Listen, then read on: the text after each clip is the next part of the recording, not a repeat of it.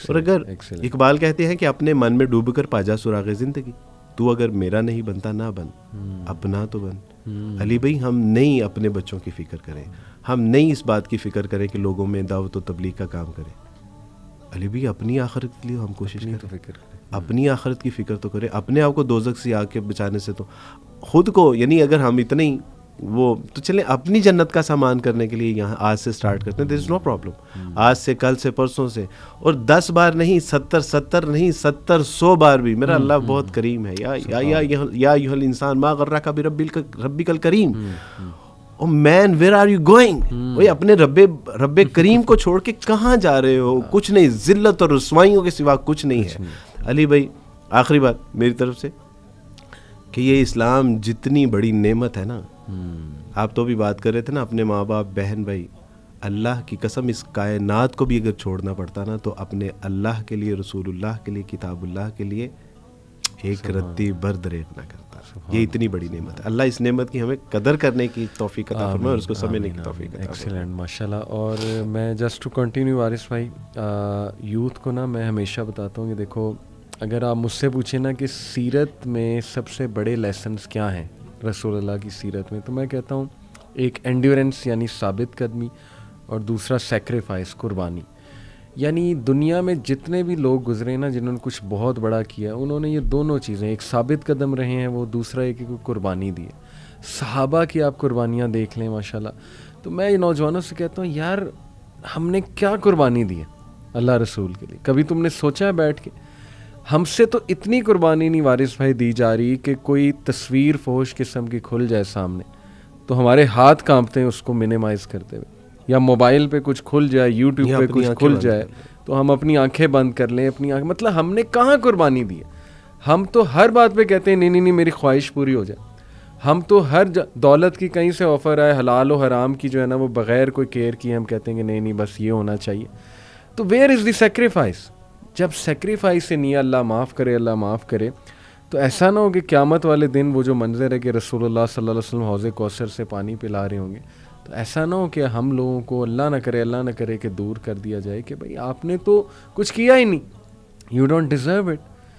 تو I think کہ that's a very scary thought, اور میں چاہتا ہوں وارث بھائی کہ نوجوانوں کو اسپیشلی ہم اس بات پہ توجہ دلائیں کہ پلیز تمہاری سیکریفائس ہی تمہیں اوپر لائے گی۔ اس لیے جو بھی کام اللہ کے لیے چھوڑو گے، کوئی حرام کام ہے، کوئی بری عادت ہے، اور اس محنت کرو گے، اللہ سے دعا کرو گے، ضرور اللہ کی مدد آئے گی، اور ضرور اللہ تعالیٰ تمہیں وہاں سے دے گا کہ تمہارا بھی گمان نہیں جاتا۔ بالکل صحیح بات ہے علی بھائی۔ دوسرا اس میں یہ ہے کہ آج ہم نے یعنی آکسفورڈ میں ایڈمیشن لینا ہو تو کہ کتنا سخت ٹیسٹ ہے۔ آج اگر او لیول اے لیول کرنا ہو، ایون دو کہ کسی فارن کنٹری میں انٹری کے لیے کتنے سخت مراحل سے گزرنا پڑتا ہے اس کی انٹری کے لیے۔ بالکل۔ اور اللہ کی جنت میں انٹری کے لیے اللہ ہم سے کوئی جو ہے وہ آزمائش نہیں لیں گے یا اللہ ہمیں ٹیسٹ نہیں کریں گے، یہ نہیں ہو سکتا۔ تو بالکل آپ کا وہ پوائنٹ جو ہے بالکل ٹھیک ہے کہ یہ سیکریفائی تو کرنا پڑے گا، قربانی دینی پڑے گی، امتحان سے گزرنا پڑے گا۔ اور پھر اللہ سبحانہ و تعالیٰ سے زندہ قرآن، کیا ان لوگوں نے یہ سمجھ لیا کہ یہ ایسے ہی جنت میں داخل کر دیے جائیں گے اور تمہیں کسی آزمائش سے نہیں گزارا جائے گا؟ تو پھر اللہ سبحانہ تعالیٰ نے آگے جو اس کا ایک آیت کا مفہوم ہے وہ یہ ہے کہ اللہ چاہتے ہیں کہ سچوں کو الگ کر دیں اور جھوٹوں کو الگ کر دیں۔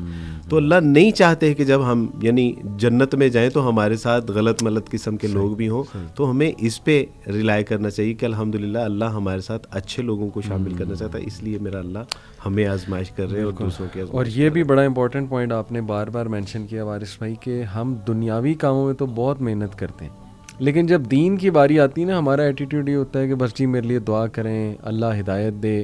تو بات وہی ہے کہ دیکھیں جب دنیاوی معاملات میں you have to strive, you have to struggle, آپ کو ٹاپ پہ آنے کے لیے، تو دینی معاملات میں ایک بندہ یہ کیسے کہہ سکتا ہے؟ بلکہ اس کی نا مثال ابن القیم نے بڑی خوبصورت ایک مثال دی، دعائے شافی میں غالباً ابن القیم نے کہا کہ ہو از اے فولش پرسن، بے وقوف انسان کون ہے؟ انہوں نے کہا بے وقوف انسان وہ ہے جو بیج لیٹ سے پیاز کے بوئے اور ایکسپیکٹ کرے کہ اب سیب نکل آئے گا یا آم نکل آئے گا، یا لیٹ سے انہوں نے کہا کہ اس سے بھی بڑا فولش پرسن وہ ہے جو بیج ہی نہیں بو رہا اور وہ بس بیٹھا ہوا انتظار میں کہ اب درخت اگ جائیں گے، اب جو ہے نا وہ مجھے بڑا پھل مل جائے گا۔ تو انہوں نے کہا کہ یہی معاملہ ہے جس نے کچھ بیج ہی نہیں بوئے نیکی کے, کبھی کچھ کیا ہی نہیں, اللہ معاف کرے, تو پھر ظاہر ہے کہ وہ کیسے ایکسپیکٹ کر سکتا ہے کہ اب اس کے فروٹس جو ہیں. جی بالکل صحیح بات, اور یہ ہمارے ڈیلی لائف میں بھی ایکسپیریمنٹ ہے. جی جی جی, یعنی کون سا کام ہے جو ہمارے یعنی کچھ محنت مشقت کرنے کے علاوہ یا ہل جلنے کے علاوہ جو ہے وہ ہوتے ہیں. ہر کام کے لیے جب ہمیں مشقت کرنی پڑتی ہے تو پھر دین کے لیے بھی. اور اس میں مولانا آزاد فرماتے ہیں کہ دیکھیں اللہ سبحانہ تعالیٰ کی فصل بہت بڑی ہے, یعنی دین کا کام بہت زیادہ ہے, اس کو مزدور چاہیے. اور آج اپنا مزدوروں میں نام لکھوا لیں کہ اللہ سبحانہ تعالیٰ جی I want to do something, اور کرنے کی توفیق بھی اللہ سے ہی مانگ لیں کہ اللہ سبحانہ تعالیٰ جی میں آپ کا اچھا سچا صاف ستھرا بندہ بننا چاہتا ہوں, لیکن ہمت طاقت قوت نہیں ہے. اللہ سبحانہ تعالیٰ جی اس کی ہمت قوت اور طاقت بھی آپ ہی عطا فرماتے ہیں. تو اللہ سے مانگ لیں, اللہ سے مانگ لینی چاہیے. وارث بھائی یہ جو ماشاءاللہ ریورٹس ہیں جو ماشاءاللہ آپ کے ہاتھ پہ اسلام قبول کرتے ہیں, کیا کبھی ان میں سے کسی ایک نے یہ کہا ہے کہ میں کہاں پھنس گیا یا کہاں پھنس گئی یا بڑی مشکلات ہو گئی ہیں میرے لیے وغیرہ وغیرہ؟ نہیں, میرے علم میں ایسا نہیں ہے کہ جس نے شعوری طور پہ اسلام قبول کیا ہو.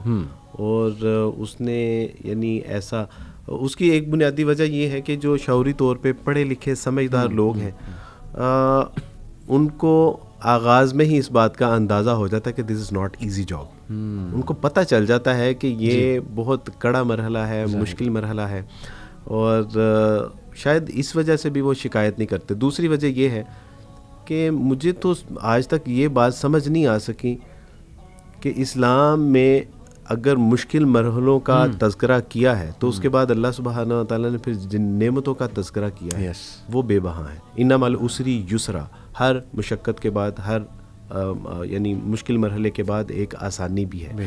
پھر اللہ سبحانہ تعالیٰ نے کہا کہ دیکھو اگر تمہارے ساتھ کوئی زیادتی کرتا ہے اور تم بدلہ لے سکتے ہو, الا یہ کہ تم اس پہ زیادتی نہ کرو, اور اگر تم اس کو معاف کر دو تمہارے حق میں یہ کہیں بہتر ہے, اس پہ اجر ہے. رسول اللہ صلی اللہ علیہ وسلم, ایک شخص آیا اور اس نے یہاں سے پکڑا رسول اللہ صلی اللہ علیہ وسلم, اور یہودی تھا, اور کہا کہ اللہ کے رسول میرا مال مجھے واپس کیوں نہیں کرتے, یا آپ میرے مال کو جو ہے وہ اس پہ قبضہ کرنے کا ارادہ ہے. عمر فاروق رضی اللہ تعالیٰ انہوں نے اپنی تلوار کے اوپر ہاتھ رکھا اور کیا ہی قریب تھا کہ اس کی گردن مار دیتے. رسول اللہ صلی اللہ علیہ وسلم نے عمر کی طرف دیکھا اور فرمایا کہ عمر کیا ہی اچھا ہوتا کہ اگر آپ اس کے قرض کی ادائیگی کر دیتے.